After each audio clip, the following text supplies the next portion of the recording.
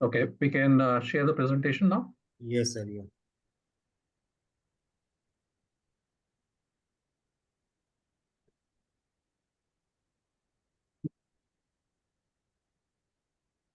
Okay, so good evening to Yes, everybody, sir.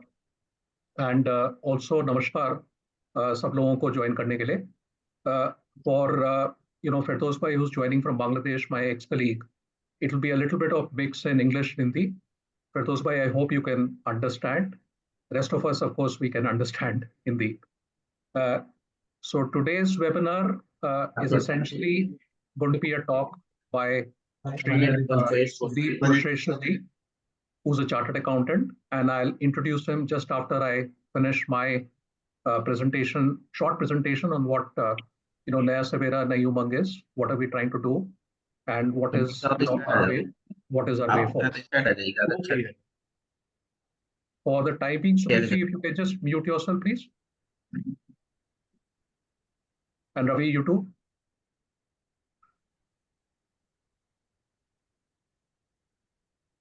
Okay, so next slide, Ajay.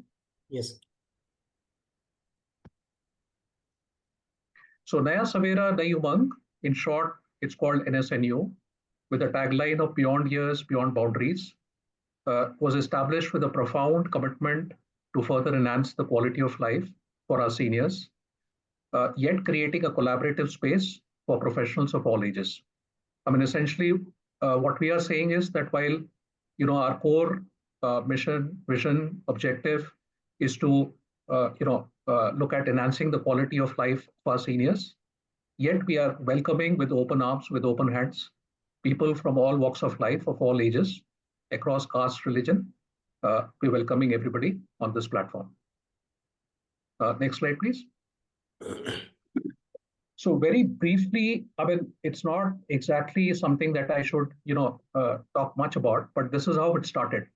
I mean, a year back in August 2023, when at the age of 59, and I'm 60 plus now, I decided to enroll in a social impact course with one of the very well-known institutions in India, based in Delhi. And as it, Ravi, if you can stop sharing your screen.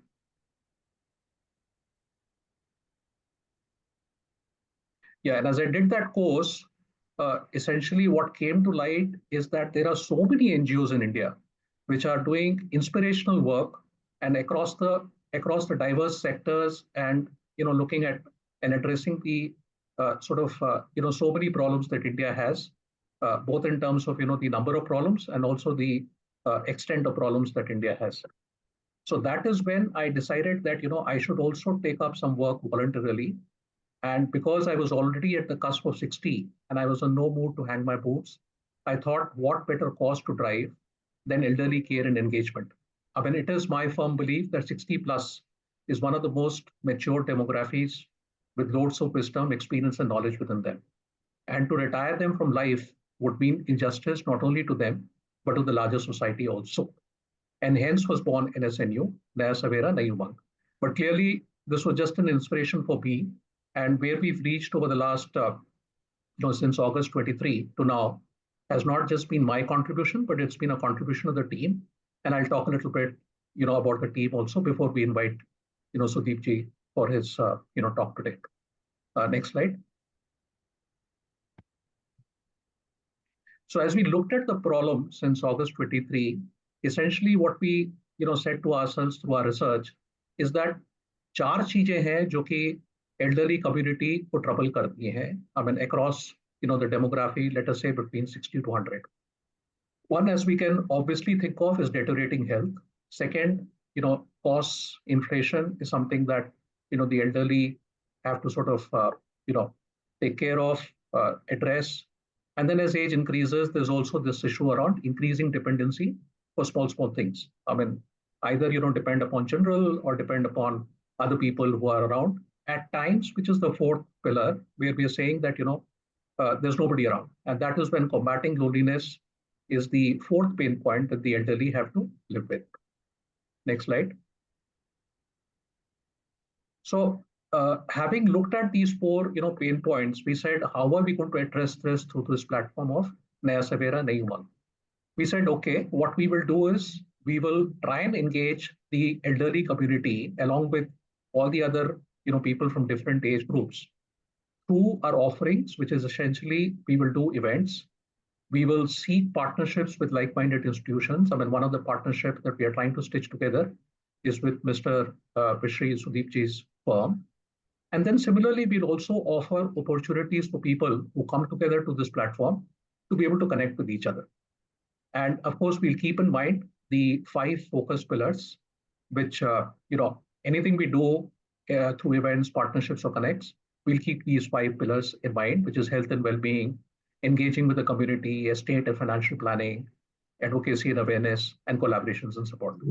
Next slide, Ajay. Okay, so this is where we want to reach. I mean, it is a bit of an ambitious goal because we've just started. Because we just started, it looks probably a little bit, very ambitious. But I think in about 5 to 6 years, if we continue with everybody's support, we should be there. So in 2030, we are saying from Lucknow, where we want to establish ourselves by 31st March 2026. We started in August 15, 2024. So it's been like 3 to 4 months. And over the next financial year, up to 31st March 2026, we want to establish ourselves completely in Lucknow first. Most of the team is in Lucknow.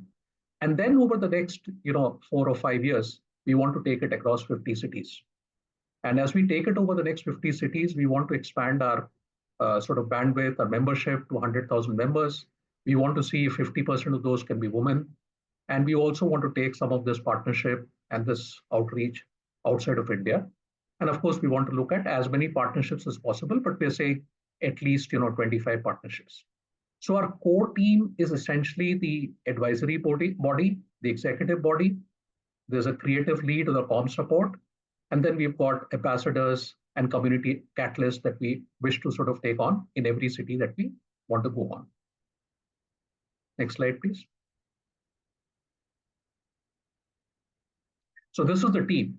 And the team is, all of them are probably here. I mean, maybe 1 or 2 might not be there. So apart from me, there is Sanjay Govil, who's the Vice President and CEO. He's Lucknow based. There is Surinder Purwar, who's the Treasurer. There is Manoj Banwal, who's the General Secretary. He is retired from the Air Force. Next slide. There is Balwinder Aluwalia, who's the executive member. He lives in Delhi. There's Ravi Prasad, Sudeepji knows him well. Sudeepji is close friend. And there's Suranjan Kar, who lives in Kolkata. So, I mean, they're all very well experienced team. And I think, like I said, without their support, this wouldn't have been possible. Also, the advisory board in the last 3 or 4 months, we've been lucky to have 2 very eminent personalities from Lucknow who are experienced in this development sector. One is Sri Reena Agarwal and the other is Mr. Omkar Pandey. Both are members on our advisory board. Next slide, Ajay. We've also slowly but steadily been forming a team in Lucknow around community catalyst. You see one of them supporting me on sharing the slide, Ajay, and then there are others whose names and photographs are shown here. Please continue, Ajay. Yeah, so we have a communications partner in which particularly Mansi, who you see on the third photo, is supporting us on all the social media handles and email, etc. So we do think that communication of whatever we do, also taking feedback from people, is an important element of how we grow in times to come. Next slide. We've also been lucky to have a podcast partner who's actually doing a fantastic job across the country. And at one point in time, I think we want to engage him quite aggressively. He's Ashish Srivastav. I think he's traveling. Otherwise, he would have also probably been on this webinar. Next slide. Yeah, so these are some voices and videos of support. We're not going to play this because of paucity of time, but they've all, given their blessings to this particular cause. I mean, there's John Smith-Serene, who's the ex-USAID Deputy Mission Director from Bangladesh. This is Diana Shipman, who's the head of volunteering for the organization that I work in the US, ACDI WOCA. And there's Kwan Opoben, who was my chief of party or the country head for Bangladesh when I was working in Bangladesh. Next slide, please. And these are some of the few events that we've done in the past few months. Like I said, we started on 15th of August. The first inaugural event was done on 1st of September. And then every month we've continued to hold one in-person event in Lucknow, because we've basically been trying to sort of first establish ourselves in Lucknow, and followed by one webinar the same month. So one in-person event and one webinar. We do think that, for the elderly, it is sometimes difficult to be tech savvy and to be able to come onto a webinar. I mean, there are so many webinars these days. Having said that, I think the quality of the speaker and the quality of the content is important, and that actually attracts a lot of people to come to webinars. And so it is for this. So it is, for the in-person event. So some more glimpses of past events. Ajay, continue. Yeah. So these are some more events. Continue. This was, an engagement we did with one of the old age homes in Lucknow, Happy Parents Home. And we do have been working on seeing how we can facilitate improvements within the old age home. We have been engaging with old age homes in that pursuit. So one of the old age homes that we engaged with, we took them out on a Lucknow Darshan, and that's the bus in which we took them. And those are the inmates and the caregivers of that old age home who had a good, joyful day as we took them out on a Lucknow Darshan, as they were able to remember their, gone by years. I mean, most of them were like 85 years and plus. Next slide. Some more glimpses from the old age home. Some more. Yeah, so that's it from my side. And I think I will now take the opportunity to introduce, our eminent speaker for today. And basically a very, very important topic, I think, for everybody across all ages, but particularly for the elderly, on tax planning and investment planning. So Sri Sudeep Ji is a chartered accountant by profession, and for the last 25 years plus, he's been involved in development work using his enormous intellect and experience. He's based out of Lucknow, and he has his own company, which is CA Sudeep Pulshreshan Company. He's a managing partner. The firm is very well established in different parts of the country also. In addition to that, he's also been involved with Lions Club for the last 25 years, where he's been supporting the needy as and when it's required. I will now ask Ajay to stop sharing and hand over the mic to Sudeep Ji, please. Sudeep Ji, over to you. Yes, sir. Ajay, you can stop sharing, please. Yes, please. Hello, am I audible? Yes, Sudeep Ji. Namaskar and good evening, everybody present here. And thank you, Samiji, for a wonderful presentation about the organization. You are doing wonderful activities, and with strong past and the strong team which you introduced to us. And I think your future is great. And together, when we all combine, results will be wonderful, I hope. My introduction is already done, and I have been into practice, professional practice of CA for last 34 years plus, approximately 35 years. And actively, I am associated with Lions Club, which is an international body, #1 NGO in the world.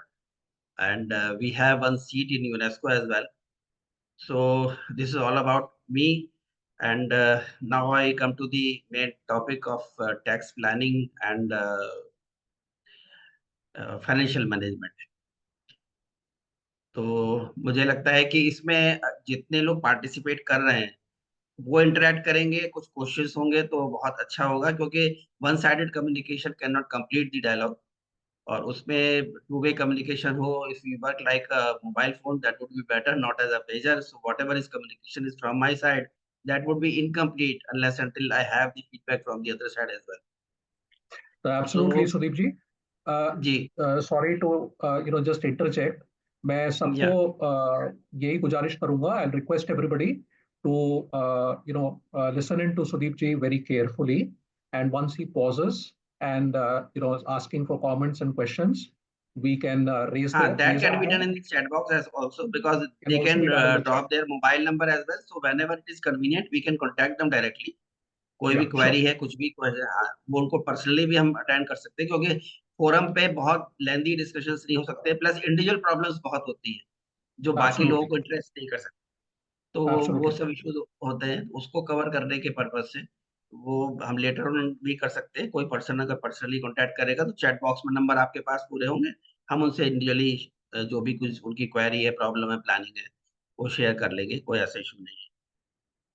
तो इसमें basically मैं आपको बताऊं कि जितनी tax planning है, ये from day one start होती है लाइफ के साथ में। ग्रेजुअली एक हैबिट होती है जो इनकलकेट करते हैं पेरेंट्स बच्चों में, कि कैसे कैसे जो हम पिगी बैंक बनाते हैं वहां से हमारी सेविंग का और एक बैकग्राउंड शुरू होती है कि किस तरह से सेव करना है, और कैसे उस पिगी बैंक को जब तोड़ते हैं, जो एक एक्साइटमेंट होता है और ये खोलते हैं, तो वहां से पूरी लाइफ का वो जर्नी स्टार्ट होती है सेविंग की और टैक्स प्लानिंग की। और सेविंग मतलब overall financial planning, tax planning तो नहीं कह सकते ऐसे उसको, लेकिन फाइनेंशियल प्लानिंग।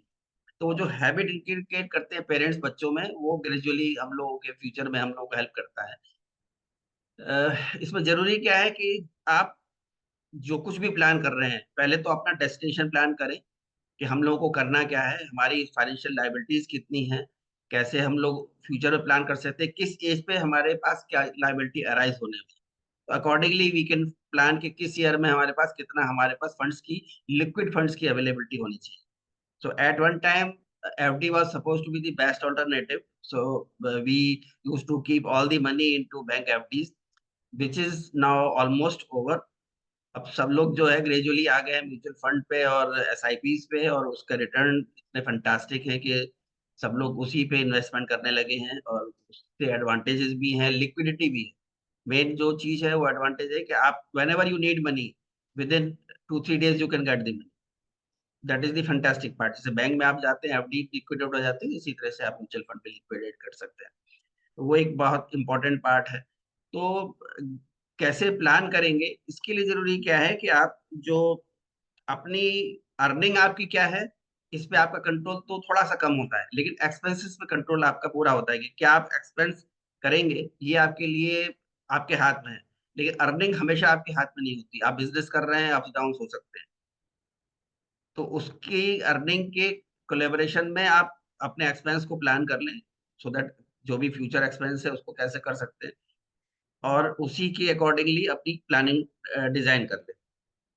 तो अर्निंग और एक्सपेंसेस का एक रेशियो हम लोगों को मेंटेन करके चलना पड़ता है कि हम कितना भी आपका एक्सपेंस हो, कितनी भी कम आपकी इनकम हो, एक सर्टेन पार्ट आप अपनी इनकम से जब डाइवर्ट करते हैं टुवर्ड सेविंग, तभी आपका फ्यूचर सिक्योर हो सकता है। क्योंकि एक कभी भी सडनली किसी फंड्स की रिक्वायरमेंट हो सकती है फ्यूचर में, तो वो एक बहुत इंपॉर्टेंट पार्ट है। दूसरा ये है कि अपनी जो सेविंग्स है, एक that is very old saying कि never put all the eggs into one basket. हमको अपने इन्वेस्टमेंट्स जो हैं वो स्प्रेड करके रखना चाहिए, और अलग अलग फोलियो में अलग अलग नेचर ऑफ इन्वेस्टमेंट में थोड़ा थोड़ा पैसा रखना चाहिए, सो दैट जब कहीं कहीं से कुछ अप डाउन है तो वो दूसरी तरफ से हम उसको मैनेज कर सकते हैं। और मोरओवर जब आप जॉब में हैं या बिजनेस में हैं तो टैक्स प्लानिंग का भी पार्ट आता है। डिफरेंट सेक्शंस हैं जिसमें हम लोग बेनिफिट ले लेते हैं अपने इन्वेस्टमेंट का। वो एक मेजर पार्ट है कि टैक्स भी बच अब ग्रेजुअली, अब जो इनकम टैक्स में दो तरह के रिजीम हो गए हैं, एक न्यू रिजीम, एक ओल्ड रिजीम। जो ओल्ड रिजीम है उसमें हमें जितने इन्वेस्टमेंट हैं और उनकी टैक्स प्लानिंग में ज्यादा यूजफुल थे। ग्रेजुअली अब वो न्यू रिजीम में क्योंकि बेनिफिट्स नहीं मिलते हैं, तो फर्क है, उतना नहीं होता। तो टैक्स सेविंग के पर्पज से सेविंग करना एक पार्ट है, लेकिन लाइफ के लिए सेव करना एक दूसरी चीज। हमारा ऑब्जेक्टिव यही नहीं होना चाहिए कि हमें टैक्स बचाना है। टैक्स तो एक बहुत छोटी सी चीज है, आप टैक्स दे भी सकते हैं, लेकिन अल्टीमेटली आपकी जो सेविंग है वो टैक्स से ज्यादा आपकी लाइफ के लिए रिक्वायर्ड होती है, आपके फ्यूचर के लिए रिक्वायर्ड है, एक मेंटल पीस के लिए रिक्वायर्ड है। क्योंकि अगर आपके पास फंड्स नहीं है तो मेंटल पीस तो कभी नहीं हो सकता। तो ये डायरेक्टली उसी प्रोपोर्शन में आप मेंटेन कर सकते हैं। और अपनी जितनी भी सेविंग्स हैं आप अपने कंट्रोल में रखें। मैं ये नहीं कहता कि अपनी जनरेशन के साथ वो ना करें, लेकिन अब जो सिनेरियो है, और एक सीनियर एज पे जाने के बाद और इस चीज का रियलाइजेशन भी होता है कि फंड्स आपके अपने हाथ में होने चाहिए। काफी ऐसे सिनेरियो हैं, ऐसे केसेस हैं जहाँ पे पेरेंट्स ने सारे फंड्स, मैं अपने रिलेटिव्स की भी बात जानता हूँ, अपने फ्रेंड्स की बात जानता हूँ, जहाँ पे उन्होंने मोस्टली फंड्स अपने बच्चों से शेयर किए हुए हैं, और बच्चे ने कुछ डिमांड किया कि पापा से कहा कि आप मुझे दे दीजिए, मैं इसको इन्वेस्ट कर दूंगा और बहुत अच्छा रिटर्न आ जाए। तो उन्होंने इन्वेस्ट किया, वो पैसा दाएं बाएं हो गया, तो पेरेंट्स प्रॉब्लम में आ गया, कुछ नहीं कर सकते। तो अपनी फंड्स कुछ ना कुछ ऐसे जरूर रखे कुशन अपने हाथ में, जो आपके फुल कंट्रोल में हो, सो दैट आपका फ्यूचर सिक्योर रहे। और जब तक आप अलाइव हैं, उस फंड्स को अपने नेक्स्ट जनरेशन, अपने जो बच्चे हैं, उनको तभी शेयर करें जब आपको लगता है कि बहुत अब ऐसी स्टेज है जब आपको करना चाहिए।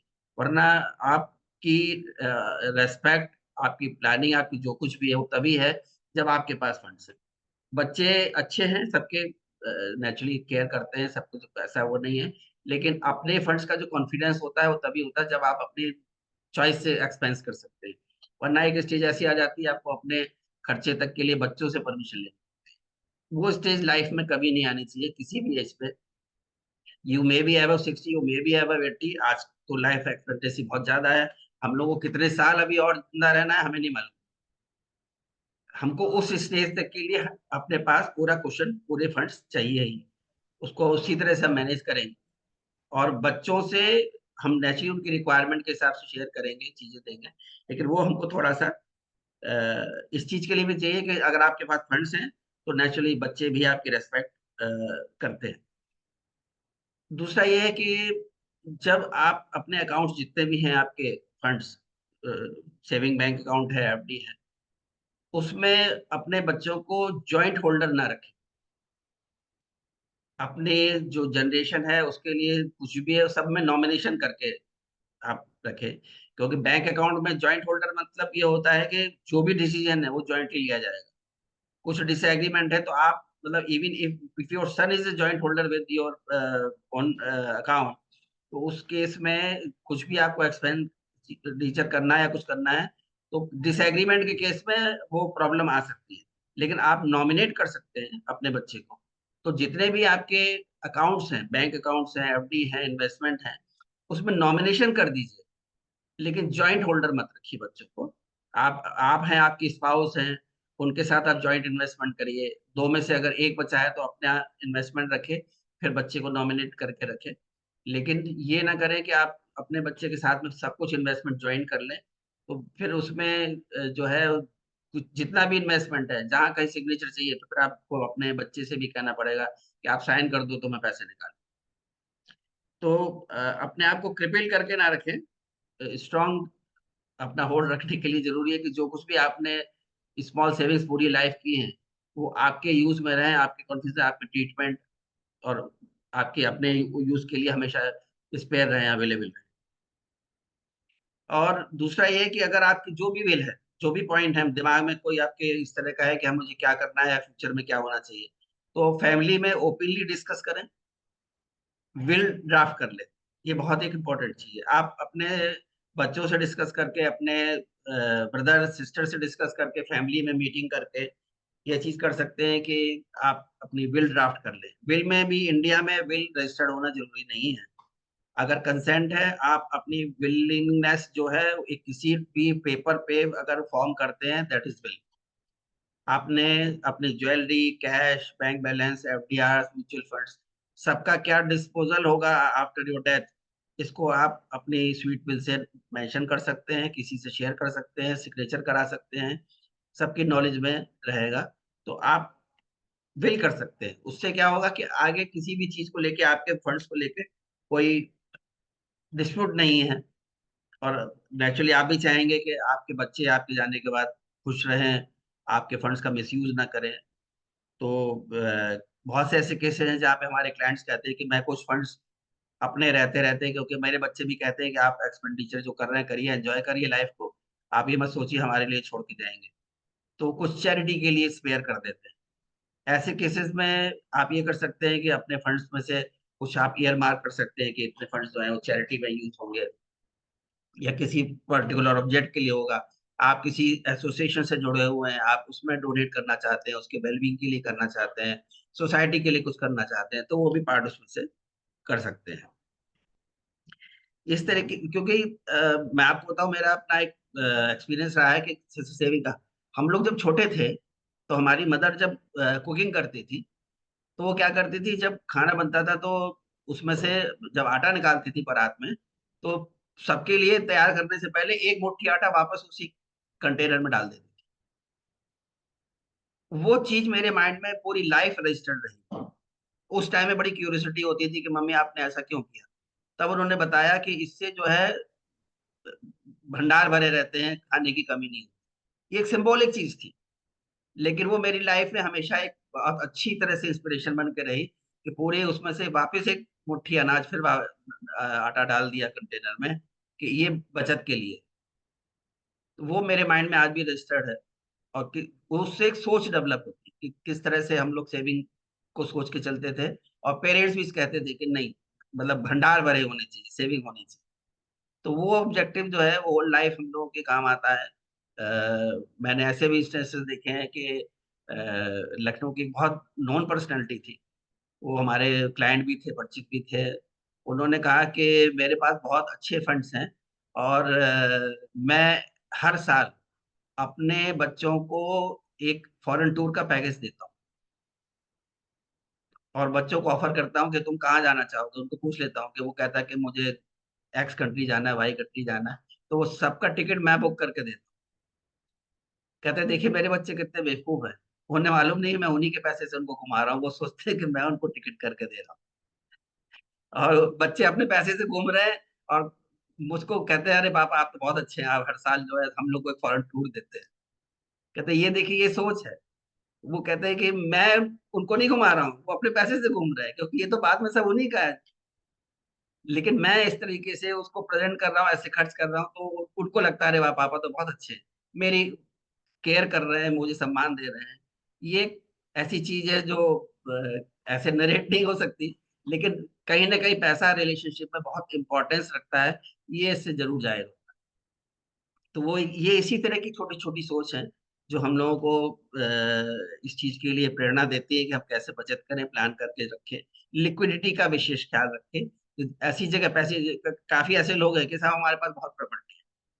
ये मैं आपको सारी स्ट्रेसेस प्रैक्टिकल वो बता रहा हूँ जो हम फेस करते हैं, क्लाइंट की प्रॉब्लम्स देखते हैं। आजकल लोगों के बच्चे फॉरेन कंट्रीज में जॉब कर रहे हैं, पेरेंट्स सीनियर वो हैं, यहाँ पर है, अकेले हैं, बहुत प्रॉपर्टी है। उनको समझ में नहीं आ रहा कि कैसे लिक्विडेट करें, और जितने की प्रॉपर्टी है उतने की लिक्विडेट हो नहीं रही।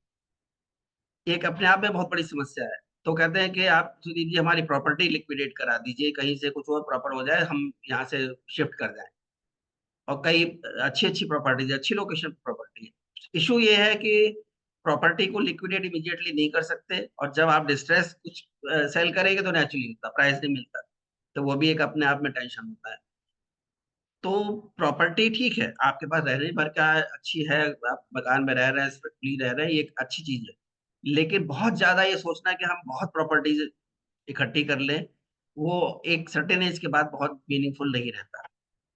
तो ग्रेजुअली जो है वो हम लोग को इस चीज को प्लान करके हुए ये देखना है कि हम कैसे इसको प्लान करें।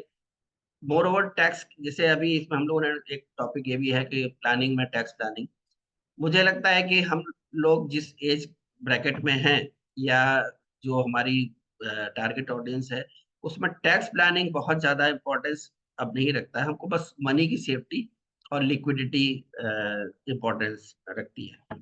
तो इसमें कोई फर्दर क्वेरी हो तो है। वैसे मेरे साथ जो है, मैंने जैसे कि बताया कि mister Rajiv Singh is state head of Tata mutual fund, he is with me here only in my office. आप कहेंगे तो मैं आपको इंट्रोड्यूस कर देता हूँ, और आपको कुछ क्वेरी है तो म्यूचुअल फंड से रिलेटेड मिस्टर राजीव सिंह जो है वो भी इस बात को एड्रेस कर सकते हैं। और कोई पर्टिकुलर क्वेरी हो तो आप बताएं फिर उसको। सुदीप जी, मेरी एक क्वेरी थी। ये जो आपने विल की बात करी, जी इसके बारे में थोड़ा सा अगर बताएंगे तो आई थिंक जो हमारे एल्डरली ग्रुप में है दे विल जी बेनिफिट। मतलब जी आपने कहा कि एक ओपन डिस्कशन के थ्रू ड्राफ्ट करके विल करना करके रखना इज अ गुड जी थिंग, बिकॉज फिर सब कुछ क्लियर रहता है। बट आपने ये भी कहा कि इसकी रजिस्ट्रेशन जरूरी नहीं है। बट जी मतलब आपके हिसाब से क्या प्रोसेस इसमें जरूरी है, कुछ थोड़ा सा बताएंगे? जी ऐसा है कि विल जो है इंडिया में एक आपके जो ओपिनियन है, आपकी जो कहना चाहिए कि आप चाहते हैं कि आपके जाने के बाद आपकी प्रॉपर्टी का क्या हो, उसका एक एक्सप्रेशन है, दैट्स ऑल। अभी जो जैसे आप बिल रजिस्टर कराना चाहते हैं तो करा सकते हैं, लेकिन बिल बिल रजिस्टर कराने के बाद फिर आप कैंसिल करा भी सकते हैं। तो ऐसे क्योंकि एक बार रजिस्टर हो गई, फिर आपने फर्दर कैंसिल करा के दूसरी बिल करा दी। जब तक आप अलाइव हैं आप बिल चेंज कर सकते हैं। ऐसा नहीं है कि बिल एक बार हो गई तो फिर अब आप कुछ नहीं कर सकते। पॉइंट ये है कि अगर आपने बिल रजिस्टर कराने के बाद चेंज भी करा दी तो पहली वाली बिल की तो कोई वैलिडिटी बची नहीं। मैंने अपने बड़े बेटे को कहा कि तुमको सारी प्रॉपर्टी दे के जाऊंगा, उसके नाम से बिल कर दी। फिर जब उसने बेटे ने हमारी केयर करना बंद कर दिया तो हमने छोटे बेटे से कहा हम तुमको पूरी प्रॉपर्टी दे के जाएंगे, दूसरी प्रॉपर्टी फिर उधर तुमको कर देंगे। बाद में आपके जाने के बाद दोनों बेटे लड़ रहे हैं कि कहता मेरे पास भी बिल है और कहता मेरे पास भी बिल है। तो उसका कोई मीनिंग नहीं रहता। पॉइंट ये है कि जो कुछ भी आपकी प्रॉपर्टी है या जो बिलिंग है, तो वो उसमें सिनेरियो ये है कि आप फॉर एग्जाम्पल पेरेंट्स हैं, ऑलरेडी है, उनको लगता है कि it is the right time to discuss in the family openly कि हमको हमारा जो प्रॉपर्टी है उसके रिलेटेड क्या करना है।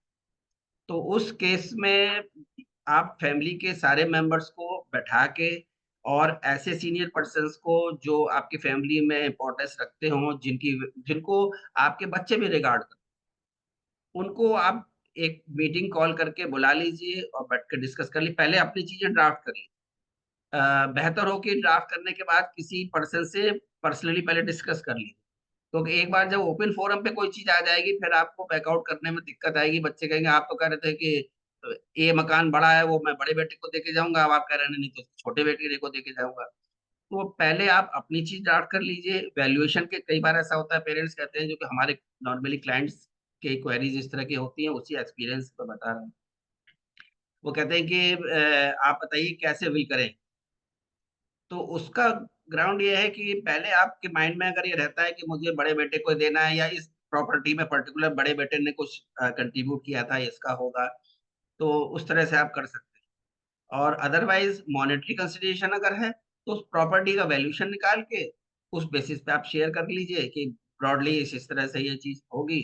और जो गैप है वो बचे हुए फंड में लिक्विड से आपने इतने फंड से इतने लाख का गैप आ रहा है वो म्यूचुअल फंड दूसरे बच्चे को कर सकते हैं। बेटी को क्या करना है, बेटी को कर सकते हैं कि नॉर्मली कई फैमिलीज ऐसे भी केसेस आए हैं जिसमें कि क्लेम तो अब बेटी भी करती, इक्वल राइट है बेटी का भी, वो भी क्लेम करेगी। लेकिन इंडियन कल्चर में उसको थोड़ा सा लोग ये मानते हैं कि भाई बेटी को नहीं करना, बेटे को कोई प्रॉपर्टी जानी है। तो सारी चीजों में बाद में डिस्प्यूट ना हो तो बेहतर है कि आप पूरी फैमिली में सब लोगों को एक सिटिंग बुला लें, अपना बेसिक एक प्लान ड्रॉ कर लें कि हमारा क्या प्लान है। उस प्लान के तहत जो भी कुछ करना है आपने उसमें इसको जो है वो लिख लिया और सबसे शेयर कर लिया, शेयर करके सबसे साइन कर, और वो थैंक यू सबकी सुदीप। नॉलेज में रहे। जी। नहीं, बिल्कुल। मैं एक और अलग क्वेश्चन पूछूंगा। आज की जी। तारीख में स्पेशली जो यंग लोग हैं, आइदर जिन्होंने अभी अपना करियर शुरू करा है या मिड करियर में है, एंड ऐसे बहुत लोग हैं हमारे ग्रुप में। तो उनके दिमाग में इंक्रीजिंगली ये क्वेश्चन आ रहा है कि एफडी में पैसा रख के क्या फायदा। आई मीन 6%, 7%, और उस पे भी मतलब वो जो टैक्स वाला, एल्डरली को एक बार टैक्स का इतना शायद मतलब वर्किंग अगर नहीं है तो फिर इतना इफेक्ट नहीं आता। बट जो वर्किंग है उनके लिए then tax also becomes a meaning. तो ये क्वेश्चन जरूर आता है कि भाई एफडी में रखें या म्यूचुअल फंड्स में रखें, जहाँ पे मतलब कई बार दिखता है कि 5 साल में अच्छी खासी अर्निंग हो जाती है। तो what would be your recommendation? और आप कह रहे हैं कि आपके साथ टाटा म्यूचुअल फंड से भी कोई है, तो आप जैसा जी। ठीक समझे, मतलब इस पे भी थोड़ा सा अगर if you can provide some light on this, Sudeep ji. जी बिल्कुल बिल्कुल। ऐसा है कि आप जो रिटर्न वाइज देखें तो म्यूचुअल फंड बहुत लिक्विडेटिव है, मतलब there is no comparison of mutual fund with FDs. FD में कुछ वैल्यू कोई इंक्रीज कुछ होता नहीं है।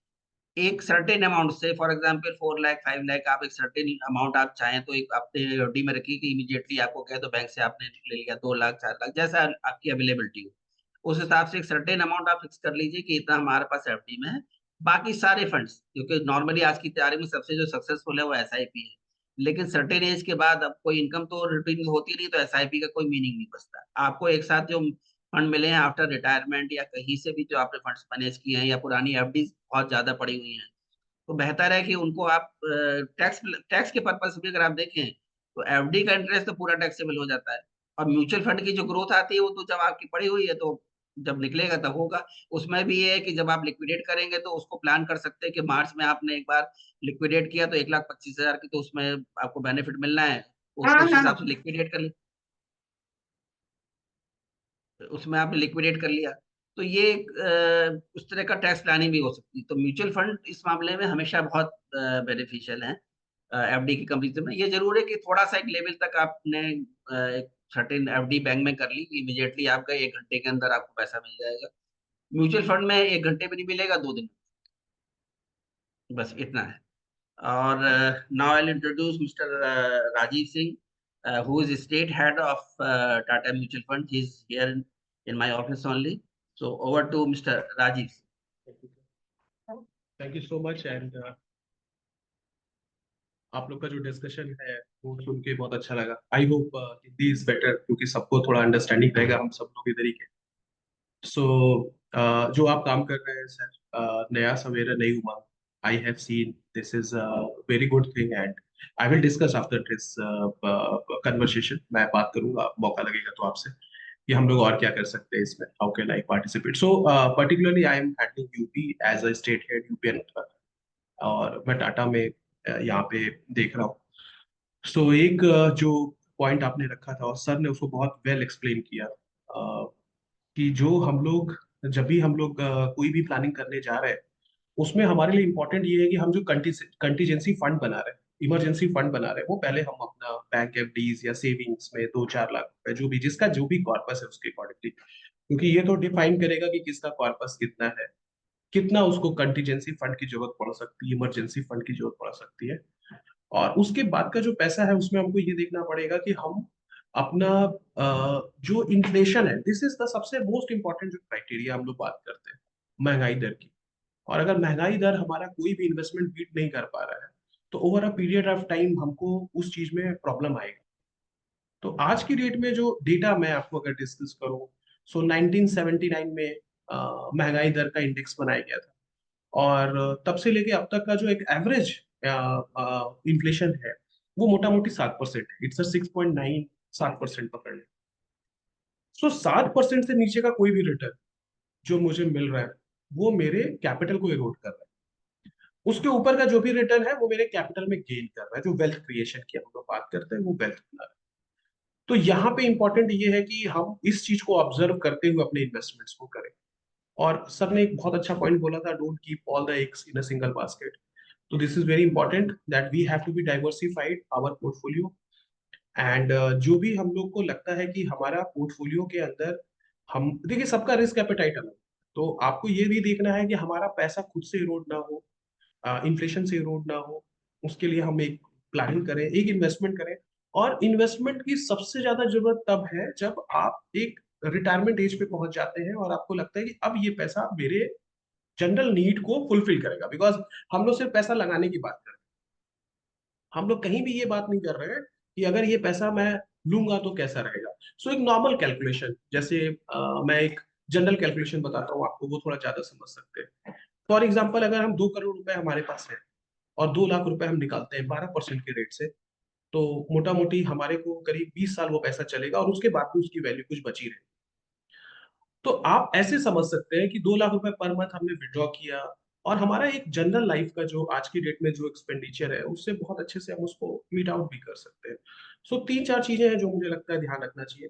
बाकी इसके अलावा आप लोग की जो क्वेरीज होंगी मैं उसको एड्रेस करता जाऊँ, जो भी आप डिस्कस करेंगे या जो भी आप पूछना चाहते हैं। If there is anything chat box, तो वो भी आप एक्सप्लेन कर सकते हैं सर, तो I will also address.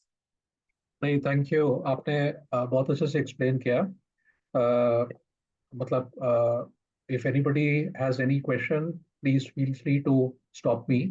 I mean, I should not be the only person जो कि questions पूछे, but basically, I mean, जैसे मैंने कहा, I'm 60 plus, and my mother who's also on this webinar today, she is 84 plus, and then there is my daughter who's just starting maybe at 26 plus.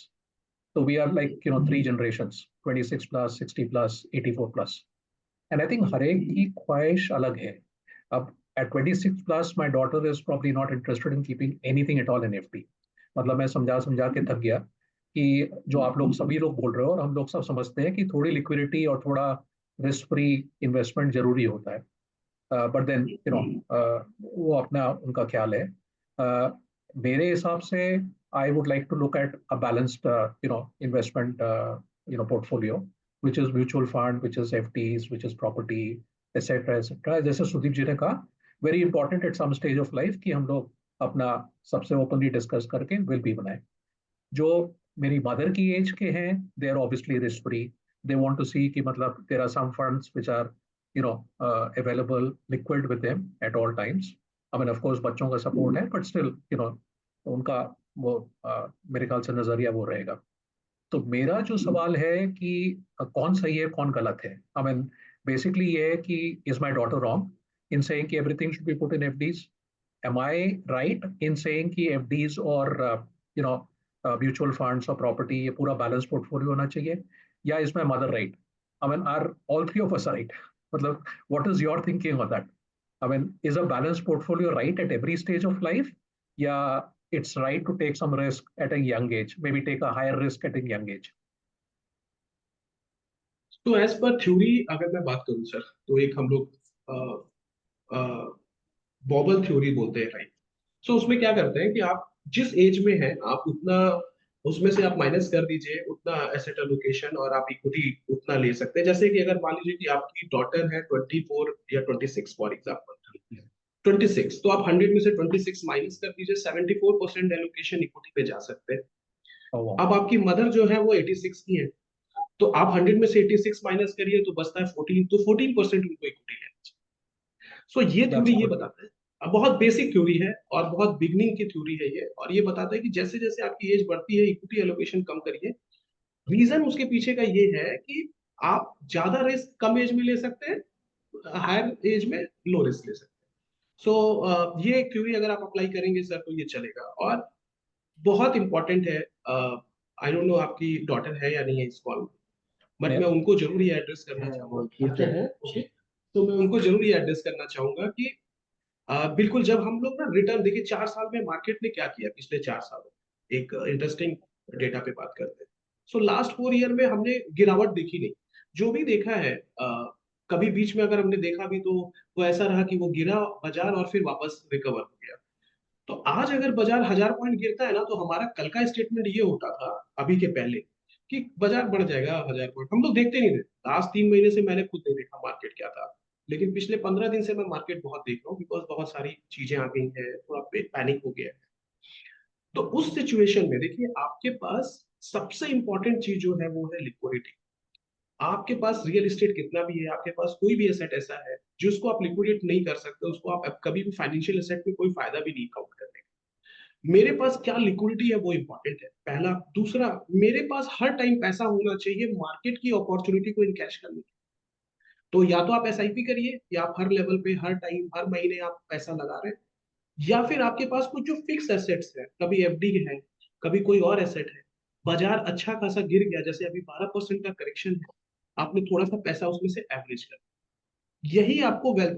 देखिए हर आदमी के life में 2 बार market wealth बनाने का option देगा.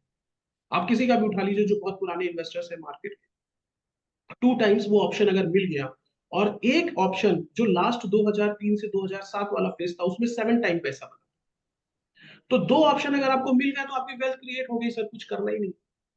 हमको ये देखना है कि, लेकिन हमारा प्रिकॉशन भी ये होना चाहिए कि अब मैं अपने सारे इमरजेंसी फंड्स को ना डाल दूं. मेरी कोई रिक्वायरमेंट है किसी चीज की, मुझे साल भर बाद कहीं पे पैसा इन्वेस्ट करना है, मैं वहां पे. इन सब चीजों के लिए जो सबसे इंपॉर्टेंट चीज है वो ये है कि आपके पास एक फाइनेंशियल एडवाइजर जरूर होना चाहिए. आज की डेट में मैं आप लोग से बात हो रही है और आप लोग से बहुत अच्छा लग रहा है बात करके. एक चीज बोलता हूँ, बहुत आसान है मोबाइल में जाना, ग्रो ऐप खोलना और दुनिया भर के ऐप, उससे आप इन्वेस्टमेंट तो कर सकते हैं, बट सिर्फ आप एक चीज ध्यान रख रहे हैं वो है रिटर्न. आपने रिस्क को कहीं देखा ही नहीं कि उसके अंदर क्या रिस्क है, कितने टाइम के लिए करो. सो फाइनेंशियल एडवाइजर और जो आपके चार्टर्ड अकाउंटेंट हैं वो भी आपको बहुत एडवाइस करते हैं इन चीजों में। तो मेरा ये मानना है कि ये बहुत बड़ा टॉपिक है, बहुत बड़ी चीज है। बेसिक थ्योरी यही है, एज के अकॉर्डिंगली आपको इक्विटी एलोकेशन लेना है और अपने एडवाइजर से कंसल्ट। एक चीज मैं और पूछूंगा, एंड बेसिकली ये अपने अपने प्रेजेंटेशन में भी दिखाया कि डेटोरेटिंग हेल्थ और मेडिकल एक्सपेंसेस ये एल्डरली को बहुत पिंच करते हैं। I mean not every elderly person that we see around us have the benefit of somebody taking care of that expense। मतलब even I mean having said that I think still वो pinch तो करता ही है। मतलब that increasing medical expenses, I mean today I'm 60 plus, as I become 70 plus, and I mean bhagwan chahe, if I get to 80 plus, then definitely for me, I mean health is something that will deteriorate with time। I mean kitna bhi hum log apne ko fit rakheं और medical expenses बढ़ेंगे। तो how do we sort of ensure कि those medical expenses don't pinch us as we age through our financial planning is a broader question। I mean, some people will say that we should invest in insurance and be paying the premiums, and those insurance cover can probably take care of OPD expenses, can take care of any emergency hospitalization। But is there any other way? I mean, because medical expenses, आज की तारीख में, if you want to go to any good hospital, then it is like a 5-star facility and also 5-star charges, right? I mean, it is a wish list for all of us कि we can get 5-star coverage and 5-star क्या कहने चाहिए attention, but not at 5-star charges। It is a wish list। So how do we take care of these medical expenses through our investment planning? I mean, that was the broader question. If any, insights on that. Part of this query, I'll reply when Yeah, sure. Mr. Rajiv will take over. इसमें दो part है sir. One is that you get the policy done, आपके पास कोई health insurance policy है, that is okay. और उसमें जो जितनी भी इंश्योरेंस कंपनीज हैं, उसमें आपका लाइफ के जो ट्रीटमेंट के एक्सपेंसेस है वो सर्टेन लेवल के, ये ट्रीटमेंट है जितना इतना, इस तरीके से वो रिम्बर्समेंट हो जाता है। तो आप उसी स्टेज पे पहले से ही आप पॉलिसी लेके रखेंगे तो कोई इशू नहीं है, और वो दैट कैन बी टेकन। हाँ, हेल्थ प्लान है, पॉलिसीज में कवर हो जाते हैं, हेल्थ बेनिफिट्स है सब उसी से कवर हो जाएगा। और that policy can be taken I think up to the age of 60 और 60 something plus also. So that will continue up to the age of 85।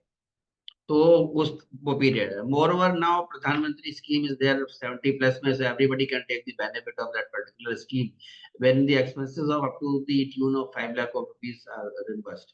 So that way, to some extent, there is a mental peace that is irrespective of your income and everything। Everybody above the age of 70 is eligible now। तो आप अपना Ayushman card भी बनवा सकते हैं 70 plus में, तो वो एक अपने आप में बहुत बड़ा एडवांटेज है। और इस तरह से इंश्योरेंस से भी कवर कर सकते हैं, प्लस बाकी नॉर्मल एक्सपेंस जो है वो तो है ही है इंश्योरेंस पॉलिसी से। और if you want to add something, तो बिल्कुल सही है सर, यही बात मैं भी आपको बोलता। आयुष्मान वाला सर ने बहुत अच्छा पॉइंट ऐड किया, बिकॉज आप लोग एक ग्रुप भी रन कर रहे हैं, उसमें बहुत हेल्प करेगा। मुझे बस ये लगता है कि जो लोग कम एज के और जिनको की मतलब हमको मेडिकल वाला पॉलिसी लेना चाहिए, उनको ये 5 लाख 10 लाख की पॉलिसी ले लेनी चाहिए। मेरा ये मानना है कि वो पॉलिसी एक बेसिक पॉलिसी ले ले 10 लाख की, बिकॉज देखिए आपका जो मेजर एक्सपेंसेस आता है इनिशियली 1 लाख रुपए में, बहुत सारे एक्सपेंसेस 90% जो आते हैं वो 1 लाख के अंदर आते हैं। कॉन्ट्रैक्ट हुआ, एनी एक्सीडेंटल, बोन टाइप्स, कुछ मेजर इलनेस है, देन वो सो। लेकिन जब वो बढ़ता है तो बहुत हाई लेवल से, इसमें एक टॉप अप पॉलिसी भी है। आपने 5 लाख 10 लाख का बेसिक लिया और उसके ऊपर टॉप अप पॉलिसी आप ले लीजिए 50 लाख 1 करोड़ का, उसका बहुत कम। मैंने अभी एट एज ऑफ 41 मैंने अभी लिया है 2 साल का 12,000 का 1 करोड़ का, अपार्ट ऑफ 10 lakhs 10 लाख के ऊपर टॉप अप। तो इससे क्या होगा कि कभी भगवान ना करे, कभी खुदा ना खास्ता कोई बहुत सीरियस इशू आ गया, जो आपने बोला मेडिकल एक्सपेंसेस बहुत हाई है, आप किसी भी बड़े मेडिकल हॉस्पिटल में अगर जाएंगे तो उसमें आपको इतना बड़ा कवरेज रहेगा कि वो सोच mental peace it's a very important, तो वो आपको दिक्कत नहीं आएगा। एंड ये बहुत अच्छी एक योजना जो सर ने अभी भी डिस्कस किया, मैं इससे बहुत एग्री करता हूँ कि 70 साल से ऊपर वाले जितने लोग हैं उनको सबसे पहला ये काम करना चाहिए कि कार्ड बना के अपने नहीं चाहिए। नहीं, वो तो वही दो बातें। Basically I am also looking at the time, but I think this discussion is so enjoyable and so productive for me कि मेरे क्वेश्चंस खत्म ही नहीं हो पा रहे। And that's why I am saying again and again, अगर किसी को पूछना है please go forward and stop me in the middle, I am happy to stop. But मेरे दो लास्ट क्वेश्चंस हैं. एक तो, आर यू रिकमेंडिंग कि somebody who's at the age of 26, 27 should start with a comprehensive health policy, even though at that age we all know we are all very fit and fine, तो हम लोग health के बारे में सोचते नहीं है. But the earlier you think about it, the better it is when you actually start facing health issues. Number one.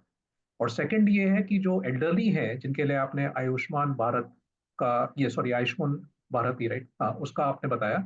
I mean in your experience, is it easy to make that card and is it easy to avail that facilities? मतलब ऐसा कुछ experience आपको हुआ है या सुनने में आया है? I mean if you can share that, Sudeep ji और anybody. Yeah, getting the Ayushman card made is very easy. So Okay. in case we plan together, we can separately we can sit and discuss. We can Okay. organize a camp also for this. So we'll Okay. collaborate with the government authorities like we have been doing for other services as well. So at Okay. our office or any suitable place, we can organize a particular day program that for 2 hours, 4 hours, we'll organize the camp and we'll arrange it for the anybody who's interested. We can announce at all forums. People can join and get their cards. Okay. And there's one question in the chat with Sujit has posted. Sudeep ji, if you can read that and respond. एक चीज मैं बस address कर देता हूँ sir. एक जी, जो जी. पहला आपका पॉइंट था वो भी मैं आपको क्लोज मतलब बताता हूँ, बिकॉज एक ये मुझे लगता है कि ये जरूर इस पे डिस्कस करना चाहिए. सबसे पहली जो चीज है, कोई भी अर्निंग मेंबर है, सबसे फर्स्ट इंपॉर्टेंट चीज is the health insurance and life insurance. उसके बाद इन्वेस्टमेंट कर.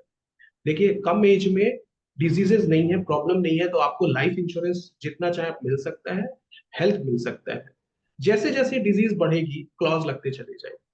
तो बेस्ट पार्ट है लो प्रीमियम पे आप अपने हिसाब से कैलकुलेशन करके, जैसे हम लोग अपना निकालते हैं कि एनुअल इनकम जो है उसका 20 टाइम्स या 30 टाइम्स जो भी हमारा लाइफ के लिए चाहिए वो करिए और हेल्थ के लिए करिए और अर्ली एज में करिए. ये मतलब मुझे लगता है कि प्राइमरी ये है, सेकेंडरी इन्वेस्टमेंट, बिकॉज ये बहुत नहीं, बड़ा आपने आपने सॉरी सर, आपका नाम एक बार और बताएंगे? राजीव सिंह. राजीव जी. एक चीज आपने बहुत अच्छी बताई जो मेरे को बहुत अच्छी लगी कि अगर 26 एज के हो तो 74% इक्विटी में डाल दो, और 86 के हो तो 14% डालो. सिमिलरली मेरे ख्याल से हेल्थ पे भी कोई फॉर्मूला होगा कि अगर 26 है तो इतने टाइम्स आप हेल्थ का कवर ले लो and premium is going to be very low. Yes.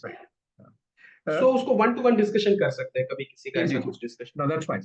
I mean, because basically आज की तारीख में, I mean, आप लोग को ज्यादा आइडिया है, सुदीप जी इज एमिनेंट सीए, कि न्यू टैक्स रिजीम में कोई बेनिफिट तो इस चीज का ज्यादा नहीं मिल रहा है.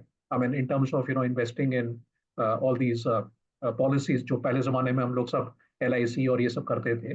But I think whether the tax benefit is there or not, I mean, just in terms of taking care of your medical expenses for the future, it's probably important to start investing early in health policies and health cover. So, Deepji, there is that question in the chat. अगर आपने देखा है, जी जी.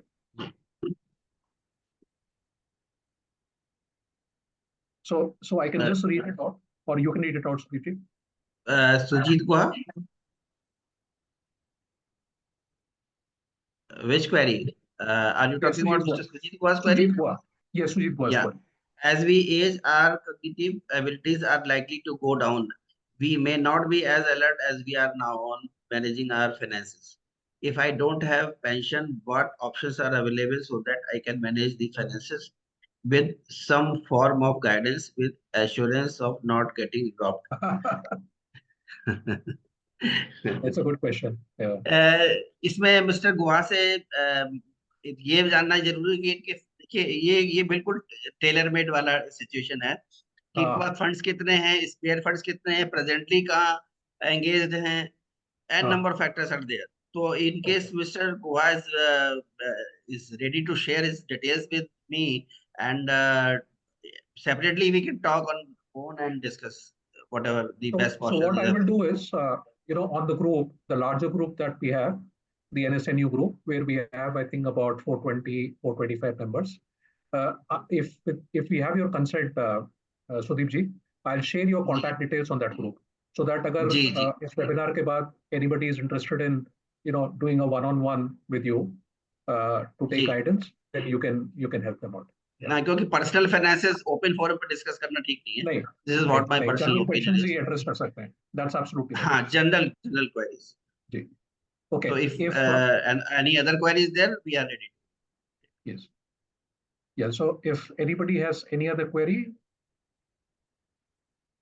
if none, then I think we can come to a close.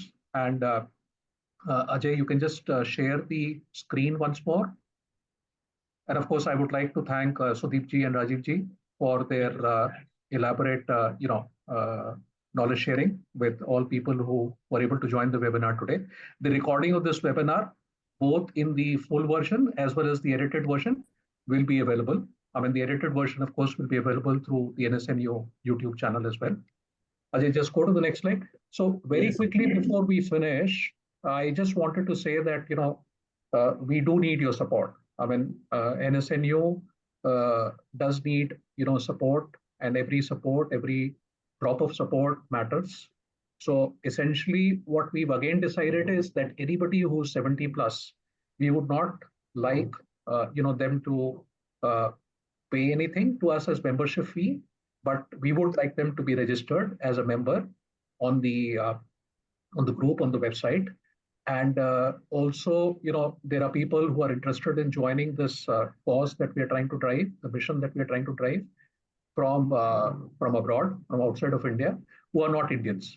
And of course, because we don't have the regulatory license like the FCRA license, we are not in the position to also take any funding from them. But anybody who's beyond 70, we have two options. One is, of course, you can become a life member, and that's like 10,000 rupees a year. Sorry, 10,000 one time. And for others who just want to become an annual member, we've kept it at a very small membership fee of 1,000. And what we are saying to every member is that for sure, in every city that we go into, there will be one in-person event, and there'll be one webinar, every month, and a webinar somewhat like what we held today or we've held in the previous 3 or 4 months since we started. We are also planning at this stage to launch the Delhi NCR chapter in the first half of Delhi.